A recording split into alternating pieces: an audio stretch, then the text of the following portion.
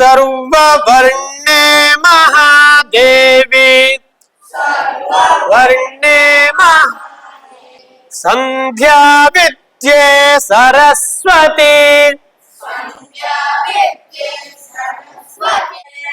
ओम स्वस्ति ಕೃಷ್ಣಂ ವಂದೇ ಜಗದ್ಗುರುಂ. ಪೋಳ್ಯ ವಸಂತ ವೇದ ಪಾಠಶಾಲೆಯ 25ನೇ ವರ್ಷದ ಸುಸಂದರ್ಭದಲ್ಲಿ ನಾವಿದ್ದೇವೆ. ನನ್ನ ಹೆಸರು ವಿಘ್ನೇಶ್ ಭಟ್ ಪಡ್ನೂರು ಅಂತ. ಸುಮಾರು 6 ವರ್ಷಗಳಿಂದ ನಾನು ಇಲ್ಲಿ ಮಕ್ಕಳಿಗೆ ಮಂತ್ರಗಳನ್ನ ಹೇಳಿಕೊಡುವ ಕೆಲಸವನ್ನು ಮಾಡ್ತಾ ಇದ್ದೇನೆ. ಕಬಕ ಹವ್ಯಕ ವಲಯದ ನೇತೃತ್ವದಲ್ಲಿ ನಡೀತಾ ಇರುವಂತ ಈ ಪೋಳ್ಯ ವಸಂತ ವೇದಪಾಠ ಶಿಬಿರ ಹಲವಾರು ಜನರ ಸಹಯೋಗದಿಂದ ಆಗ್ತಾ ಇರುವಂತದ್ದು. ಮೊಟ್ಟ ಮೊದಲ ಬಾರಿಗೆ ಮಕ್ಕಳಿಗೆ ಮಂತ್ರವನ್ನು ಹೇಳಿಕೊಡಬೇಕು ಅಂತ 10 ಸಂಸ್ಥರು ಸೇರಿಕೊಂಡು ಮಾಡಿರುವಂತದ್ದು. ಕಬಕ ಹವ್ಯಕ ವಲಯದ ನೇತೃತ್ವದಲ್ಲಿ ಮಿತ್ತೂರು ಶ್ರೀನಿವಾಸ ಭಟ್ಟರು ಆರಂಭ ಮಾಡಿದ್ರು. 25 ವಸಂತಗಳು ಸಂದವು ಈ ಶಿಬಿರಕ್ಕೆ. ತದನಂತರದಲ್ಲಿ ಪೋಳ್ಯದ ಅರ್ಚಕರಾದಂತಹ ಸತ್ಯಣ್ಣ ಪಾಠವನ್ನು ಮಾಡ್ತಾ ಇದ್ರು. ಇದೀಗ ಒಂದು 6 ವರ್ಷದಿಂದ ನಾನು ಮತ್ತು ನನ್ನ ತಂಡದವರು, ನನ್ನ ಶಿಷ್ಯರೇ ಸೇರಿಕೊಂಡು ಪಾಠ ಮಾಡ್ತಾ ಇರುವಂತದ್ದು. ಹಾಗಾಗಿ ಪೋಳ್ಯ ವೇದ ಪಾಠಶಾಲೆಯಲ್ಲಿ ಗುಣಮಟ್ಟ ಹೇಗಿದೆ, ಯಾಕೆಂತಂದ್ರೆ ಪ್ರತಿಯೊಂದು ಕ್ಷೇತ್ರದಲ್ಲೂ ಇವತ್ತು ಗುಣಮಟ್ಟವನ್ನು ನೋಡುವ ಸಂದರ್ಭ ಬಂದಿದೆ. ಹಾಗಾಗಿ ಇಲ್ಲಿಯ ಮಕ್ಕಳು ಎಲ್ಲರೂ ಅಲ್ಲ, ಪಾಠ ಮಾಡುವಷ್ಟು ತಯಾರಾಗ್ತಾ ಇದ್ದಾರೆ ಅನ್ನೋದಕ್ಕೆ ಇಲ್ಲಿಗೆ ಬಂದೇ ನೋಡ್ಬೋದು. ನಮ್ಮ ಇಲ್ಲಿ ಕಲಿತ ಶಿಷ್ಯರೇ ಪಾಠವನ್ನು ಮಾಡ್ತಾ ಇದ್ದಾರೆ. ಈ ವರ್ಷ 25ನೇ ವರ್ಷ 50 ಮಕ್ಕಳು ಇಲ್ಲಿ ಅಧ್ಯಯನವನ್ನು ಮಾಡ್ತಾ ಇದ್ದಾರೆ. 1ನೇ ವರ್ಷ, 2ನೇ ವರ್ಷ, 3ನೇ ವರ್ಷ ಎಂಬುದಾಗಿ. ಮೊದಲ ವರ್ಷದಲ್ಲಿ ನಾವು ಸಂಧ್ಯಾ ವಂದನೆ, ಪುರುಷ ಸೂಕ್ತ, ದುರ್ಗಾ ಸೂಕ್ತ, ಭೋಜನ ಸ್ವೀಕಾರ ಮಂತ್ರ, ಶಿವೋಪಾಸನ ಮಂತ್ರ, ಹೀಗೆ ಸಣ್ಣ ಸಣ್ಣ ಸೂಕ್ತಗಳನ್ನ ಬಾಲಪಾಠವಾಗಿ ಮಾಡ್ತಾ ಇದ್ದೇವೆ. 2ನೇ ವರ್ಷಕ್ಕೆ ಬಂದ್ರೆ ರುದ್ರ, ಚಮಕ ಪ್ರಶ್ನೆ, ಸಾಧ್ಯವಾದ್ರೆ ಸಮಯ ಸಿಕ್ಕಿದ್ರೆ ಲಘುನ್ಯಾಸವನ್ನು ಪಾಠ ಮಾಡಬೇಕು ಅನ್ನೋ ಯೋಚನೆ ಇದೆ. 3ನೇ ವರ್ಷದಲ್ಲಿ ನಾವು ಪಂಚಾಯತನ ದೇವರ ಪೂಜಾ ಪದ್ಧತಿ, ಇಡೀ ಭಾರತವನ್ನು ಒಗ್ಗಟ್ಟು ಮಾಡುವ ದೆಸೆಯಲ್ಲಿ 4 ಪೀಠಗಳನ್ನು ಸ್ಥಾಪಿಸಿ ಶಂಕರಾಚಾರ್ಯರು ತಂದಂತಹ ಪರಮಶ್ರೇಷ್ಠವಾದ ಪಂಚಾಯತನ ದೇವರ ಪೂಜಾ ಪದ್ಧತಿ, ಅದನ್ನ ನಾವು ಪ್ರತಿಯೊಬ್ಬ ಮಕ್ಕಳಿಗೆ ಹೇಳಿಕೊಡುವ ಕೆಲಸವನ್ನ ಯಥಾಶಕ್ತಿ ಮಾಡ್ತಾ ಇದ್ದೇವೆ. ಹೀಗೆ 3 ವರ್ಷದಲ್ಲಿ ಇದರ ಮುಂದುವರಿಕೆಯ ಭಾಗವಾಗಿ ನಾವು 4ನೇ ವರ್ಷಕ್ಕೆ ಬೇಡಿಕೆ ಬಂತು ಹೆತ್ತವರಿಂದ, ಮಕ್ಕಳ ಆಸಕ್ತಿಯು ಕಂಡಿತು. ಹಾಗಾಗಿ ಗಣಪತಿ ಹೋಮ ಮತ್ತು ಶಿವಪೂಜೆ, ದುರ್ಗಾ ಪೂಜೆಯನ್ನ ಕಳೆದ ವರ್ಷ ಆರಂಭ ಮಾಡಿ ಒಟ್ಟು 8 ವಿದ್ಯಾರ್ಥಿಗಳು ಶಿವಪೂಜೆ ಮತ್ತು ದುರ್ಗಾ ಪೂಜೆಯನ್ನು ಮಾಡುವಷ್ಟು ತಯಾರಾಗಿದ್ದಾರೆ. ಗಣಪತಿ ಹೋಮದ ಪಾಠ ಆರಂಭವಾಗಿದೆ. ಹಾಗಾಗಿ ಇದು ಇಷ್ಟು ಒಂದು ಸಣ್ಣ ಚಿತ್ರಣ ನಮ್ಮ ಪೋಳ್ಯ ವಸಂತ ವೇದ ಪಾಠಶಾಲೆ ಶಿಬಿರದ್ದು. ಪೋಳ್ಯ ಅಂದ ತಕ್ಷಣ ಲಕ್ಷ್ಮೀ ವೆಂಕಟರಮಣ ದೇವರು ನೆನಪಿಗೆ ಬರುವಂತದ್ದು. ಅವರ ಸನ್ನಿಧಿಯಲ್ಲೇ ಆರಂಭ ಮಾಡಿ ಅವರ ಸನ್ನಿಧಿಯಲ್ಲೇ ಸಮಾರೋಪವನ್ನು ಮಾಡೋದು. ಆ ದೇವರ ಅನುಗ್ರಹದಿಂದ ಇಲ್ಲೇ ಪೋಳ್ಯದ ಹತ್ತಿರ ಇರುವಂತಹ ಒಂದು ಸುಸಜ್ಜಿತವಾದ ಕಟ್ಟಡದಲ್ಲಿ ನಾವು ಮಂತ್ರಪಾಠವನ್ನ 3 ತರಗತಿಗಳಲ್ಲಿ ಮಾಡ್ತಾ ಇದ್ದೇವೆ.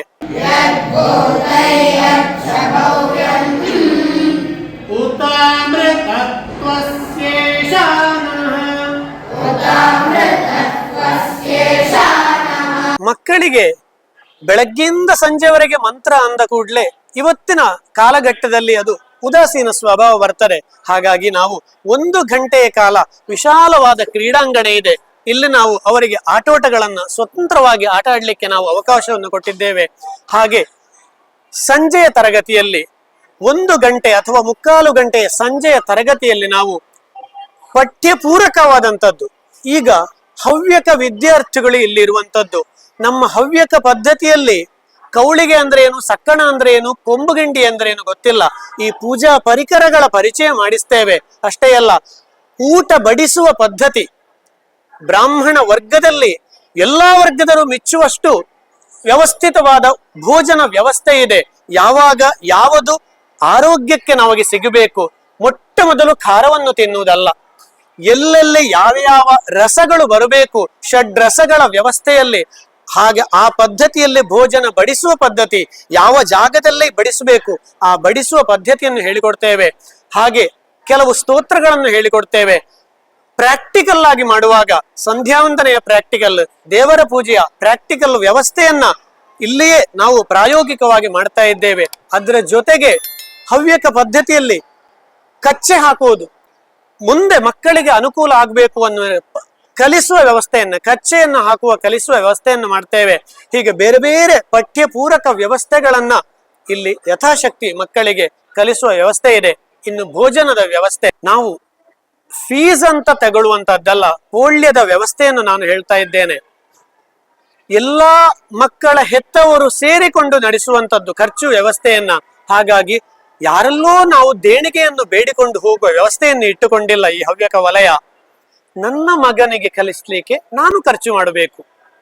ಅಂಥ ಆರ್ಥಿಕ ಅಶಕ್ತರಿದ್ದಲ್ಲಿ ಅದಕ್ಕೆ ಭರಿಸುವ ಪೋಷಕರು ನಮ್ಮಲ್ಲಿ ಇದ್ದಾರೆ, ಅವರಾಗಿ ಕೇಳಿಕೊಂಡು ಬಂದಿದ್ದಾರೆ, ಏನಾದ್ರೂ ಕಷ್ಟ ಇದ್ರೆ ನಾವು ಸಹಾಯ ಮಾಡ್ತೇವೆ ಅಂತ. ಹಾಗಾಗಿ 50 ಮಕ್ಕಳ ಹೆತ್ತವರು ಇದರ ಖರ್ಚನ್ನು ಹಂಚಿಕೊಳ್ಳುವಂತದ್ದು. ಕಟ್ಟ ಕಡೆಗೆ ಝೀರೋ ಬ್ಯಾಲೆನ್ಸ್, ಉಳಿತಾಯದ ವ್ಯವಸ್ಥೆ ಇಲ್ಲ, ಲಾಭದ ವ್ಯವಸ್ಥೆ ಇಲ್ಲ. ಹಾಗಾಗಿ ಎಲ್ಲಾ ಪೋಷಕರು ಸೇರಿಕೊಂಡು ಈ ಖರ್ಚನ್ನು ನಿಭಾಯಿಸ್ತಾ ಇದ್ದಾರೆ. ಹಾಗಾಗಿ ಭೋಜನ ವ್ಯವಸ್ಥೆಯಲ್ಲಿ ಈ ಕಬಕದ ಹಾಗೂ ಪರವೂರಿನ ಅನೇಕರು ತರಕಾರಿಯನ್ನು ಕೊಡ್ತಾರೆ, ತೆಂಗಿನಕಾಯಿಯನ್ನು ಕೊಡ್ತಾರೆ, ಅಕ್ಕಿಯನ್ನು ಕೊಡ್ತಾರೆ. ಬಂದು ನನ್ನ ಮಕ್ಕಳಿಗೆ ಮನೆಯಲ್ಲೇ ಮಾಡಿದ ಭಕ್ಷ್ಯವನ್ನು ವಿತರಣೆ ಮಾಡ್ತಾರೆ. ಇನ್ನೊಂದು ಹಸ್ತೋದಕದ ವ್ಯವಸ್ಥೆ, ಬ್ರಾಹ್ಮಣ ಭೋಜನ. ಅದೆಷ್ಟೋ ದೈವಜ್ಞರು ಪರಿಹಾರಕ್ಕೆ ಸೂಚಿಸ್ತಾರೆ, ಹಸ್ತೋದಕ ಕೊಟ್ರೆ ಮಹಾ ಪಾತಕಗಳು ದೋಷ ನಿವಾರಣೆ ಆಗ್ತಾರೆ ಅಂತ. ಇಲ್ಲಿಗೆ ಬಂದು ಹಸ್ತೋದಕವನ್ನು ನೀಡಿದಾಗ 50 ವಟುಗಳಿಗೆ ಹಸ್ತೋದಕ ಕೊಡುವ ವ್ಯವಸ್ಥೆ ಇದೆ.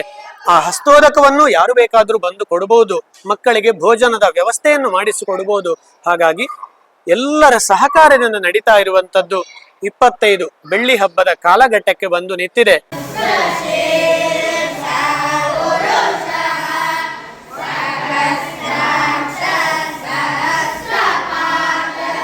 ನಮಗೆ ಆಧಾರ ಸ್ತಂಭವಾಗಿ ಪೋಳ್ಯ ವಸಂತ ವೇದ ಶಿಬಿರ ಪ್ರಸ್ತುತ ಒಂದು 7-8 ವರ್ಷದಿಂದ ನಮ್ಮ ಪ್ರಶಾಂತ್ ಅಣ್ಣ ಇದ್ದಾರೆ. ಅವರನ್ನು ಖುಷಿ ಪ್ರಶಾಂತ್ ಅಣ್ಣ ಹೇಳಿದ್ರೆ ಪ್ರತಿಯೊಬ್ಬರಿಗೂ ಅರ್ಥ ಆಗ್ತಾರೆ. ಹಾಗಾಗಿ ಅವರ ಒಂದು ಕಟ್ಟಡವನ್ನ ನಮಗೆ ಉಚಿತವಾಗಿ ನೀಡ್ತಾ ಇದ್ದಾರೆ. ಅವರು ವೇದಾಭಿಮಾನಿಗಳು. ಹಾಗಾಗಿ ಈ ಕಟ್ಟಡದ ಪ್ರಶಾಂತ ಪರಿಸರದಲ್ಲಿ ನಮ್ಮ ವೇದ ಶಿಬಿರ ಯಾವುದೇ ತೊಂದರೆ ಇಲ್ಲದೆ ನಡೀತಾ ಇದೆ.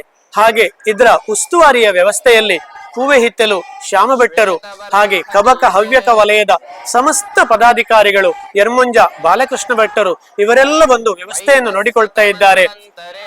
ಅಧ್ಯಾಪಕ ವರ್ಗದಲ್ಲಿ ವಿಘ್ನೇಶ್ ಭಟ್ಟ, ನಾನು, ಹಾಗೆ ಕೆಮ್ಮಾಯಿ ನಿವಾಸಿಯಾಗಿರುವಂತಹ ಶ್ರೀಕರ ಭಟ್ಟರು, ಪಡ್ನೂರು ನಿವಾಸಿಯಾಗಿರುವಂತಹ ಅಕ್ಷಯ ಭಟ್ಟರು, ಹಾಗೆ ಶಮಂತ ಭಟ್ಟರು ಮತ್ತು ಶ್ರೇಯಸ್ ಭಟ್ಟ ಅಂತ 5 ಜನರ ಅಧ್ಯಾಪಕ ತಂಡ ಈ ಕೆಲಸವನ್ನ ಯಥಾಶಕ್ತಿ ಮಾಡ್ತಾ ಇದೆ. ದ್ರಾಪೆ ಅಂಧಸ್ಪದೆ ದರಿದ್ರನ್ನೀಲ ಲೋಹಿತ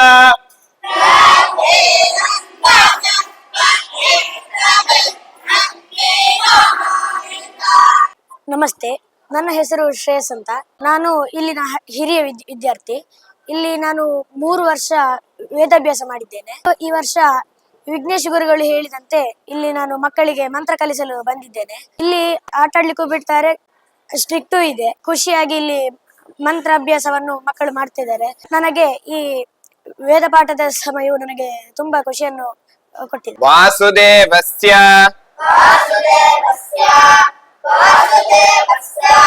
ವಿಷ್ಣೋರಾಜ್ಞಯ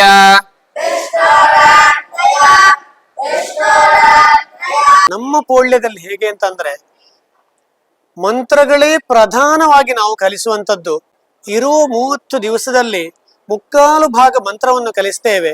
ಉಳಿದ 1/4 ಭಾಗ ಪಠ್ಯ ಪೂರಕವಾಗಿ. ಮತ್ತು ವಿವರಿಸಿ ಹೇಳುವುದಾದ್ರೆ, ನಮ್ಮ ಸಂಸ್ಕೃತಿಯನ್ನು ಉಳಿಸಬೇಕಾದ್ರೆ ನಮ್ಮ ಮುಂದಿನ ಪೀಳಿಗೆ ಆಗ್ಬೇಕು. ನಾವು ಯಥಾಶಕ್ತಿ ಕಲಿತೇವೆ, ನಮ್ಮ ಮುಂದಿನ ಪೀಳಿಗೆಗೆ ಇನ್ನಷ್ಟು ಕಲಿಸಿದಾಗ ಅದು ಉಳಿಸ್ತಾರೆ. ಉದಾಹರಣೆಗೆ ಹೇಳುವುದಾದ್ರೆ, ಮನೆಯಲ್ಲಿ ಅಜ್ಜಿ ಹೇಳ್ತಾರೆ, ಒಂದು ಪೊರಕೆಯನ್ನ ಕುತ್ತ ಇಡಬೇಡ ಅಂತ. ಹಿರಿಯರು ಬಂದಾಗ ಎದ್ದು ನಿಂತುಕೋ ಅಂತಾರೆ. ಏನಾಗ್ತಾರೆ, ನಾನು ಕೂತುಕೊಂಡಿದ್ದೇನೆ. ಇದಕ್ಕೆ ಉತ್ತರ ಹೇಗೆ? ಅವರನ್ನು ಅಲ್ಲಿ ಬಾಯಿ ಮುಚ್ಚಿಸುವುದಲ್ಲ, ಅದು ನಮ್ಮ ಸಂಸ್ಕೃತಿ ಅಂತ ಹೇಳಿ ಬಾಯಿ ಮುಚ್ಚಿಸಿದ್ರೆ ಅದಕ್ಕೆ ಕಾರ್ಯಕಾರಣಬದ್ಧವಾದ ಉತ್ತರ ಸಿಗುವುದಿಲ್ಲ. ಹಾಗಾಗಿ ನಮ್ಮ ಆರ್ಷ ನೋಟದಲ್ಲಿ ಒಂದು ಊಟ ಮಾಡಬೇಕಾದ್ರೆ ಅಂಗೈಯನ್ನು ಮುಟ್ಟಬೇಡ ಅಂತ ಕೆಲವರು ಹೇಳಿಕೊಡ್ತಾರೆ. ಆದರೆ ಭಾರತೀಯವಾಗಿ ಬದುಕಬೇಕಾದ್ರೆ ಅಂಗೈಯ ಸ್ಪರ್ಶ ಆದ್ರೆ ಅದು ಅಮೃತತ್ವವಾಗಿ ಆಗ್ತದೆ ಅಂತ ನಮ್ಮ ಹಿರಿಯರು ಋಷಿಗಳು ಹೇಳಿಕೊಟ್ಟದ್ದು. ಇದನ್ನು ವೈಜ್ಞಾನಿಕವಾಗಿ ಪ್ರೂವ್ ಮಾಡ್ಲಿಕ್ಕೆ ಆಗ್ತದೆ. ಒಂದು ಕೂದಲನ್ನ ಮಂಗಳವಾರ ತುಂಡರಿಸಬೇಡ ಅಂತ ಹೇಳಿದ್ರು. ಅದು ಯಾಕೆ ಅಂತ ಕೇಳಿದ್ರೆ ನಮಗೆ ಉತ್ತರ ಕೊಡ್ಲಿಕ್ಕೆ ನಮ್ಮಲ್ಲಿ ಬಂಡವಾಳ ಇಲ್ಲ. ಆದ್ರೆ ನನ್ನ ಗುರುಗಳು ಹೇಳಿಕೊಟ್ಟ ನೋಟದಲ್ಲಿ, ಋಷಿಗಳ ನೋಟದಲ್ಲಿ ಯಥಾಶಕ್ತಿ 3/4 ಗಂಟೆ ಪ್ರಶ್ನೋತ್ತರ ಅಂತ ನಡೀತಾರೆ. ಅದೆಷ್ಟೆಷ್ಟು ಚಂದದ ಪ್ರಶ್ನೆ ಕೇಳ್ತಾರೆ. ಅಪ್ಪ ಅಮ್ಮ ಬಂದು ಮಾತಾಡಿಸ್ತಾರೆ ನಮ್ಮಲ್ಲಿ. ಅಪ್ಪ ಅಮ್ಮನಿಗೆ ನನ್ನ ಮಗನಿಗೆ ಇಂಥದ್ದೆಲ್ಲ ಡೌಟು ಅಂತ ಗೊತ್ತಿರುವುದಿಲ್ಲ. ಅದೆಲ್ಲ ಇಲ್ಲಿ ಬರ್ತದೆ, ಗುರುಗಳು ಮತ್ತು ಶಿಷ್ಯರ ಜೊತೆ ಮಾತುಕತೆ ನಡೆದಾಗ ಬರ್ತದೆ. ಹಾಗಾಗಿ ನಮ್ಮ ಭಾರತೀಯ ಸಂಸ್ಕೃತಿ ಉಳಿಬೇಕಾದ್ರೆ ಮಕ್ಕಳಿಂದ ಬರುವ ಪ್ರಶ್ನೆಗಳಿಗೆ ನಾವು ಸಮಾಧಾನ ಕೊಡಬೇಕು. ಅದು ಆರ್ಷ ನೋಟದಲ್ಲಿ ಇರಬೇಕು. ಹಾಗಾಗಿ ಅಂತಹ ಪ್ರಶ್ನೋತ್ತರ ಇಲ್ಲಿ ನಡೀತದೆ. ಒಟ್ಟಾರೆಯಾಗಿ ಹೇಳುವುದಾದ್ರೆ ಪೋಳ್ಯ ಮಂತ್ರಪಾಠ ಅನ್ನೋದು ನಮ್ಮ ಹವ್ಯಕ ಪರಂಪರೆಯನ್ನ, ವಿಶಾಲ ಅರ್ಥದಲ್ಲಿ ಭಾರತೀಯ ಸಂಸ್ಕೃತಿಯನ್ನ ಉಳಿಸ್ಲಿಕ್ಕೆ, ಬೆಳೆಸ್ಲಿಕ್ಕೆ ಬೇಕಾದ ಉತ್ತರಗಳನ್ನ ಇಲ್ಲಿ ಸಿಗ್ತದೆ. ಪ್ರಶ್ನೆಗಳು ಮಕ್ಕಳಿಂದ ಬರ್ತದೆ, ಉತ್ತರಗಳು ಅಧ್ಯಾಪಕ ವರ್ಗದಿಂದ ಹೋಗ್ತಾರೆ. ಹಾಗಾಗಿ ಬಳೆ ಹಾಕೋದಿರ್ಬೋದು, ಕುಂಕುಮ ಹಾಕೋದಿರ್ಬೋದು, ಅಥವಾ ಹೇಗೆ ನಡಿಬೇಕು ಗೊತ್ತಿಲ್ಲ ನಮ್ಮ ಮಕ್ಕಳಿಗೆ, ಹೇಗೆ ಊಟ ಮಾಡಬೇಕು ಗೊತ್ತಿಲ್ಲ, ಹೇಗೆ ನಿತ್ತುಕೊಳ್ಬೇಕು ಅಂತ ಗೊತ್ತಿಲ್ಲ, ಎರಡೂ ಕಾಲಲ್ಲಿ ಸಮಾನವಾಗಿ ಭಾರವನ್ನು ಹಾಕಿ ನಿತ್ತುಕೊಳ್ಳಿಕ್ಕೆ ಬರುವುದಿಲ್ಲ. ಹಾಗಾಗಿ ಇದನ್ನೆಲ್ಲ ಕಲಿಸ್ಲಿಕ್ಕೆ ರಜೆ ಸಿಕ್ಕಿತು ಅಂದ್ರೆ 2 ಗಂಟೆ ಕಾರ್ಟೂನು, 1 ಗಂಟೆ ಮೊಬೈಲ್, ಇದು ಆಗ್ತದೆ. ಆದ್ರೆ ಇಲ್ಲಿಗೆ ಬರುವಾಗ ಮಕ್ಕಳು ಅಳ್ತಾ ಬರ್ತಾರೆ, ಹೋಗುವಾಗ ಖುಷಿಯಿಂದ ಹೋಗ್ತಾರೆ. ಅಪ್ಪ ಅಮ್ಮ ಅದಕ್ಕಿಂತ ಹೆಚ್ಚು ಖುಷಿ ಪಡ್ತಾರೆ. ಹಾಗಾಗಿ ಅಪ್ಪ ಅಮ್ಮನಿಗೂ ಖುಷಿ ಇದೆ, ಮಕ್ಕಳಿಗೂ ಖುಷಿ ಇದೆ. ಹಾಗಾಗಿ ಪೋಳ್ಯ ವಸಂತವೇದ ಶಿಬಿರ ಅನ್ನೋದು ರಜೆಯಲ್ಲಿ ಒಂದು ಅಜ್ಜನ ಮನೆಗೋ ಗುರುಗಳ ಮನೆಗೋ ಬಂದ ಒಂದು ಅನುಭವದಿಂದ ಭಾವುಕರಾಗಿ ಇಲ್ಲಿಂದ ಹೋಗ್ತಾರೆ. ತನ್ಮೂಲಕವಾಗಿ ಅವರ ಮನೆಗಳಲ್ಲಿ ಪರಿವರ್ತನೆ ಆಗಿದ್ದನ್ನ ನಾವು ಕಾಣ್ತಾ ಇದ್ದೇವೆ. ಕೂತುಕೊಂಡು ಊಟ ಮಾಡ್ತಾರೆ, ಚಕ್ಕಲ್ ಮಟ್ಟೆ ಹಾಕಿಕೊಂಡು ಕೂತುಕೊಳ್ಳಿಕ್ಕೆ ಬರುವುದಿಲ್ಲ, ಕೂತುಕೊಂಡು ಊಟ ಮಾಡ್ತಾರೆ. ಪರಿಚಯವನ್ನು ಮಾಡ್ತಾರೆ. ಅಷ್ಟೇ ಅಲ್ಲ, ಮನೆಯಿಂದ ಹೊರಗೆ ಹೋಗುವಾಗ ತುಳಸಿ ಕಟ್ಟೆಗೆ ಸುತ್ತು ಬಂದು ಹೋಗ್ತೇನೆ ಅಜ್ಜಿ ಅಂತ ಹೇಳಿಕೊಂಡು ಹೋಗ್ತಾರೆ. ಶಾಲೆಗೆ ಹೊರಡುವಾಗ ಅಪ್ಪ ಅಮ್ಮನಿಗೆ ನಮಸ್ಕಾರ ಮಾಡಿ ಹೋಗ್ತಾರೆ. ಈ ಎಲ್ಲ ಪರಿವರ್ತನೆಗಳು ಬಂದಾಗ ಮುಂದೊಂದು ದಿನ ಆ ಅಪ್ಪ ಅಮ್ಮ ಯಾವತ್ತೂ ಅಪ್ಪ ಅಮ್ಮನನ್ನು ಹೊರಗೆ ಹಾಕಿ ಮನೆಯಲ್ಲಿ ಕೂತುಕೊಳ್ಳಿಸುವ, ವೃದ್ಧಾಶ್ರಮಗಳನ್ನು ಬೆಳೆಸುವ ಮಕ್ಕಳಾಗುವುದಿಲ್ಲ ಅನ್ನುವ ಭರವಸೆಯಲ್ಲಿ ನಮ್ಮ ಮಂತ್ರಪಾಠವನ್ನ ತಗೊಂಡು ಹೋಗ್ತಾ ಇದ್ದೇವೆ. ಹಾಗಾಗಿ ನಿಮ್ಮೆಲ್ಲರ ಸಹಕಾರದಿಂದ ಈ ಮಂತ್ರಪಾಠ ಇನ್ನಷ್ಟು ಚಂದದಲ್ಲಿ ಆಗುವಂತಾಗ್ಲಿ ಅಂತ ಲಕ್ಷ್ಮೀ ವೆಂಕಟರಮಣಲ್ಲಿ ಪ್ರಾರ್ಥಿಸ್ತಾ ಮತ್ತೊಮ್ಮೆ 25ನೇ ವರ್ಷದ ವಸಂತ ವೇದ ಶಿಬಿರಕ್ಕೆ ಶುಭಾಶಯಗಳನ್ನ ಕೋರ್ತಾ ನನ್ನ 2 ಮಾತುಗಳನ್ನು ಮುಗಿಸ್ತೇನೆ.